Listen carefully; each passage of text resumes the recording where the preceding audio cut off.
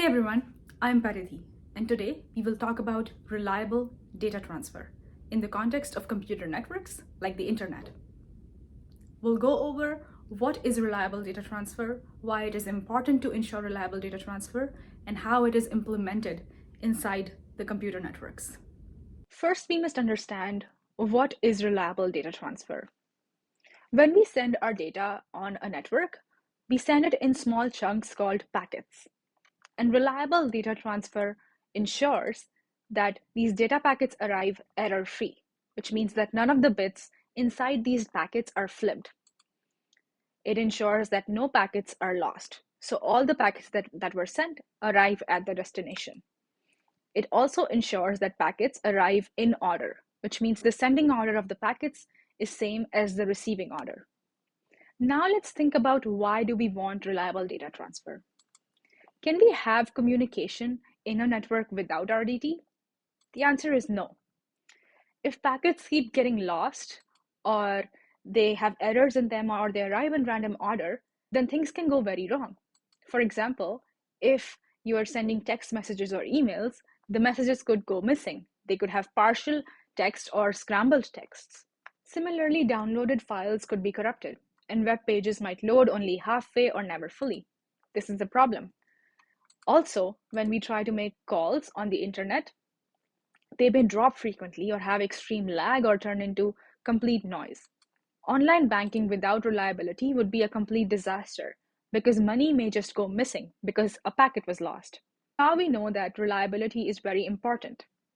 So let's just implement it. What is the problem? The problem is unreliable channel. Data is transmitted as signal through wires, where it can get corrupted. The packets of data are stored in routers and switches and servers, and these servers and routers and switches, they can fail, which can lead to packet loss. So the unreliable channel itself offers no guarantee. Building a reliable protocol over an unreliable channel can be tricky. To understand this, let us consider the two generals problem. In this problem, let us assume that there are two generals on the opposite sides of a valley. And then there is an army in between the valley, which they want to defeat. The only way they can defeat the army is if they both attacked at the same time. So they have to coordinate their attack. Now, the way that they communicate is very unreliable because when General A wants to send a message to General B, he has to use a messenger. The messenger has to go through the valley and the messenger may get captured. So General A never knows if the message was delivered or not. Now let's suppose General A sends a message saying we will attack tomorrow to General B. Now General B receives this message, and to tell General A that it has received the message, it sends back an acknowledgement. Now, do the generals know that they both can attack tomorrow? Well, the answer is no, because even if General A gets back an acknowledgement, General B is still unsure because General B does not know if General A knows that B is ready. This leads to an infinite regress of acknowledgements because here B does not know if A knows. But then A can again send an acknowledgement back, but then A is in the same confusion again. This problem is provably impossible to solve. Coordinating an attack over unreliable channel is not possible. But what does this mean for the problem we were trying to solve? Reliable data transfer. Is reliable data transfer possible over an unreliable channel? Fortunately, yes. And the proof is the internet, which works and works reliably. And we are able to solve reliable data transfer over unreliable channel because there is a difference between coordinating an attack and transmitting packets. In order to coordinate an attack, both generals must simultaneously know that the other knows the plan. This creates an infinite loop like we saw. However, in data transmission, once the sender receives an acknowledgement, data transmission is considered successful. We only need one level of acknowledgement and one-way knowledge. The sender retransmits until it receives an acknowledgement, assuming eventual success. The receiver doesn't need to confirm that the sender knows it received the data. So only one level of acknowledgement, and there is no need for this infinite regress of acknowledgements. This intuition will help us understand the ARQ protocol, which implements reliable data transfer on an unreliable channel. ARQ stands for Automatic Repeat Request. To see how ARQ works, we have to make some assumptions. First, that all packets with errors are detected. Delay can take arbitrarily long, some packets may be lost, and packets arrive in order. The first version of ARQ that we will look at is called the Stop and Wait ARQ. As the name suggests, this is a very easy ARQ version because the sender just sends a data packet and it waits for an acknowledgement from the receiver. When it receives this acknowledgement, it sends the second packet. And this just goes on like that. This is how the stop and wait ARQ works under normal conditions when there is no loss or no error. Now let us consider what happens if there is a loss. Let's assume that packet 2 was lost during transmission.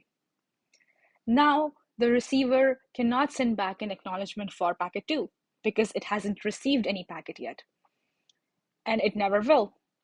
So what does the sender do? The sender just waits for a set amount of time. This time can be defined for a protocol that we are defining. And after that set time, it times out. So it waits to receive an acknowledgement. If it does not receive an acknowledgement within a set time, it times out. And after the timeout, it just simply resends the packet. The receiver then receives this packet and sends back an acknowledgement. Now let's see what happens if a packet has error. Packet 2 has an error. The receiver detects this error using error detection. It sends back no acknowledgement. This means that the sender now knows that the packet which was received by the receiver has an error in it. So now it will resend the same packet. Now let us consider what happens in another scenario. Let's say the acknowledgement from the receiver was lost. Now the sender again receives no acknowledgement for a really long time. It waits for an acknowledgement but eventually times out. After the timeout, the sender simply resends the packet and the receiver receives it. The receiver knows that this is the same packet as it was sent last time because of the sequence number. All packets and acknowledgements have a sequence number. So there is no duplication of data. The receiver knows that this is a duplicate, but it still sends the acknowledgement back because it realizes that maybe the sender did not receive the acknowledgement last time. Stop and wait ARQ requires a lot of waiting. It is possible to make stop and wait ARQ more efficient. We do that using go back and ARQ. Like we saw on the last slide, stop and wait ARQ has to wait for an acknowledgement, and in that time when it's just waiting, it is doing nothing. This is idle time, which leads to low utilization. Go back and ARQ solves this problem. Instead of waiting around to receive acknowledgements, go back and ARQ sends n packets without the need for any acknowledgements. N defines the window size for this protocol. In this example, we assume a window size of 3. So the sender starts sending packets. It sends the first 3 packets without the need for any acknowledgements. The receiver starts receiving packets and it starts sending back acknowledgements. As soon as the sender receives the first acknowledgement, it slides its window down because the sender knows upon receiving the first acknowledgement that the first packet has been received. Now there is an unsent packet inside the window. So sender just send that fourth unsent packet. The receiver continues to send back acknowledgements as it receives packets, and the sender keeps sliding its window forward. One main feature of Go Back and ARQ is cumulative acknowledgements. This means that in this protocol, if the receiver sends acknowledgement for the third packet, that means the receiver has already received packet 1 and packet 2. So if we look at the figure on the right, we can see that if packet 1 was received successfully, but packet 2 was lost, the receiver does not accept packet 3 and packet 4, even though they were delivered perfectly. The receiver will only receive packets in order. So if it is expecting packet 2, it will not accept anything other than packet 2. So the sender, after sending packets 2, 3, and 4, waits a while to receive back acknowledgements, but it does not receive any acknowledgements back and times out. After the timeout, the sender sends back its whole window all over again.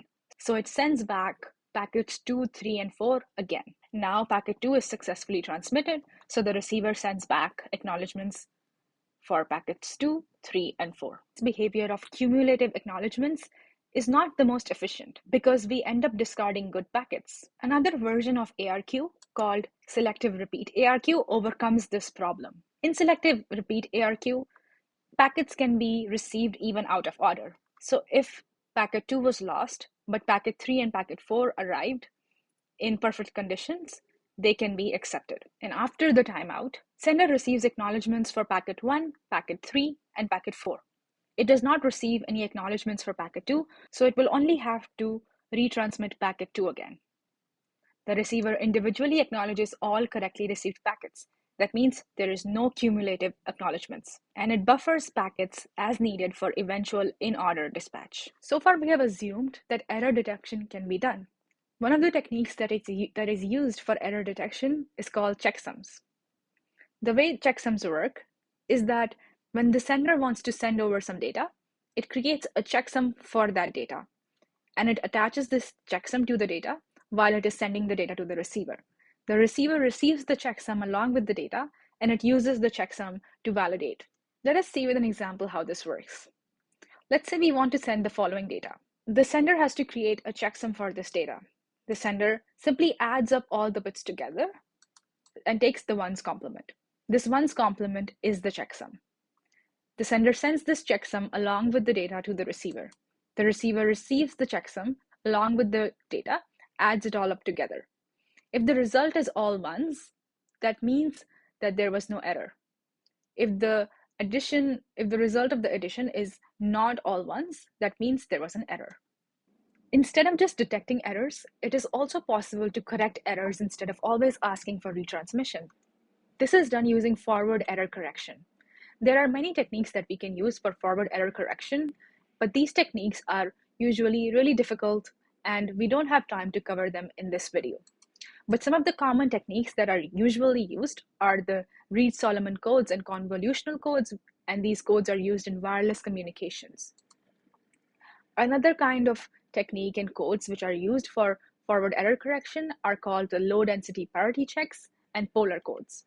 These are used in 5G technology and modern Wi-Fi. We can combine forward error correction with ARQ to get hybrid ARQ. This is an improved version of ARQ because now we can correct errors instead of always asking for retransmission. This means we get better performance, especially in poor signal conditions. Hybrid ARQ is widely used in modern Wi-Fi technologies, 5G mobile communications, and this is usually implemented in the data link layer. In hybrid ARQ, if we receive a packet which has an error in it, we first try to correct that error using forward error correction. If that fails, the receiver requests a retransmission. Two common hybrid ARQ strategies are usually employed. They are called chase combining and incremental redundancy.